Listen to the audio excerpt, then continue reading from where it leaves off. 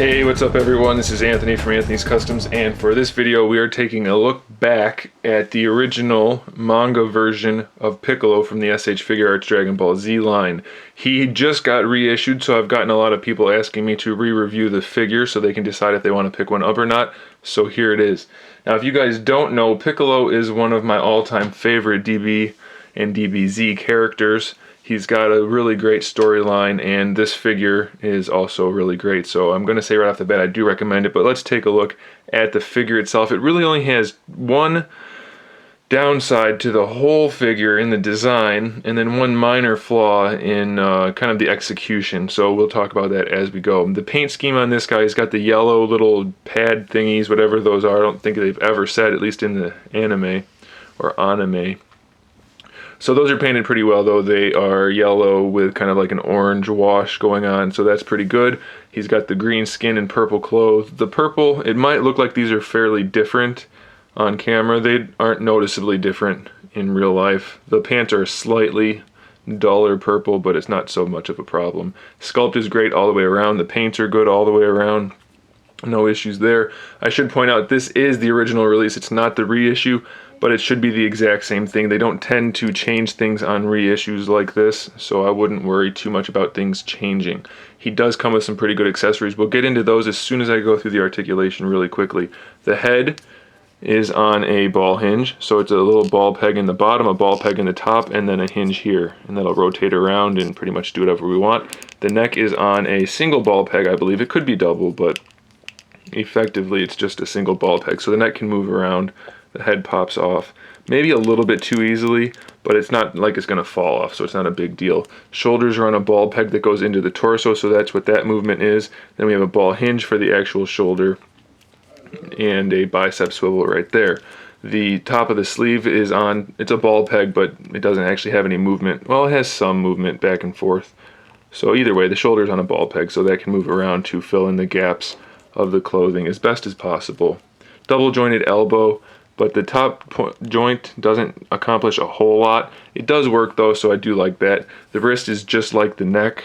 Might even be the exact same piece. It looks maybe a little bit smaller, but either way, same effective articulation. Double ball peg for the waist and for the torso. So we have full swivel, leaning forward, leaning back. You can extend it up, which I've already done to give you the extra range of motion, or you can push it down. You still have a pretty good range of motion. The belt is a separate piece, so that just hides the articulation without getting in the way too much. Hips are hinged ball pegs, and I say hinged because they can drop down to allow for you to pose the figure a little bit better. Push them back up to hide the articulation. Then we have the ball peg that goes into the hip, so that socket can move around that ball peg there. Then we also have a socket in the thigh that swivels around that ball peg socket. So it's kind of three-way articulation there. Double jointed knees, this is the older style, so there's no kneecap. It's not as bad as some people say. I personally think it's not so bad, but some people don't care for it, and it's not ideal to have the joint showing like that, so I can understand that complaint. The ankle, just a double ball peg. It's really limited. It is there, but it is fairly limited, so don't expect to get a huge ankle rocker out of it. That's about as far as it's going to go. Up and down, again, it could be better. It's not as bad as some of the other figures, but it definitely could be better if they redesign that a little bit. Then we do also have the toe hinge, which works fairly well, so that's pretty nice. So the core figure, pretty darn good. The one complaint I said I had in the design is that the chest, I think, should be a little bit bigger. They have really broad chests in the anime and in the manga, so I think it would have been better to give him a little bit more of a broad chest, but they didn't, so it's not something we can do anything about. I do like the sculpt of everything else, though. It does look good. So now we have some option parts to look at. We have two different unhooded, unturbaned heads. We have the standard grim face, which you've seen, and then we have the veiny, looking to the side, teeth gritted with fangs showing face, which is done really, really well. I love this head. This is probably the one you want to use for the special beam cannon. Then we have the turbaned head, which is basically that same exact head, but with the turban on. And they did a pretty good job with that. The purples match fairly well, so I do like that. We have some alternate hands. Obviously, we have the two fist hands. We have two open palm hands, completely open. All of the nails are painted on there. Nail, get it? Nail, nail, take his coat. We have two kind of gripping hands. By the way, if you don't get that reference, watch Dragon Ball Z Abridged and you'll get the reference. And then we have the special beam cannon hand. So there's that. Then lastly, well, not yet, we're not lastly yet, we have alternate arms, which they just pop off at the bicep swivel, and then you can put these arms on to give him his crossed pose, and that's pretty much what it looks like. Let's see if I can hide those other arms behind my thumbs. I'm not going to do it just because it's really difficult, but either way, the crossed arms go across his chest, and that's not working out well. But you can see they look great, and they do work. You can snap them on, and they look perfectly fine. They're carved out so you can fit them on the chest, and so that you can also fit his cape in there. So we'll talk about that now. So he does have the cape, which is the last part that I was going to mention a second ago. The cape just pops down over his shoulders. It does limit the articulation quite a bit, so that's why I'm not a huge fan of the cape, but it does work. And you're probably wondering what the heck, that doesn't look right. So this is the other thing that I said wasn't executed as well as I would have liked. The cape, well, the head pops off easily too, but I mentioned that.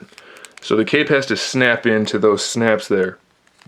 Once you do that, it's not a big deal, and I would even recommend doing it before you put it on, but the design of the snaps is not as good as I would have preferred. They work all right, but I think I would have just rather had one solid piece. It would have looked much better, and you'll see in a second why I have another issue with that. So we'll tuck the shoulders in. It still doesn't look that great personally. I don't care for the way this sits on him. And also, since you can't really get the head on quite right with it, it's going to limit the posability quite a bit.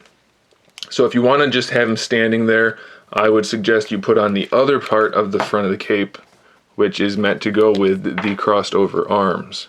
So that snaps on, although it still doesn't look that great in my opinion. You pop the arms off, put these on, and then you've got the crossed over arms, and you can kind of guess what that would look like. So it's nice that they gave us those options. I just think, as I said, they didn't execute quite as well as I would have liked, so it could have been better, I think.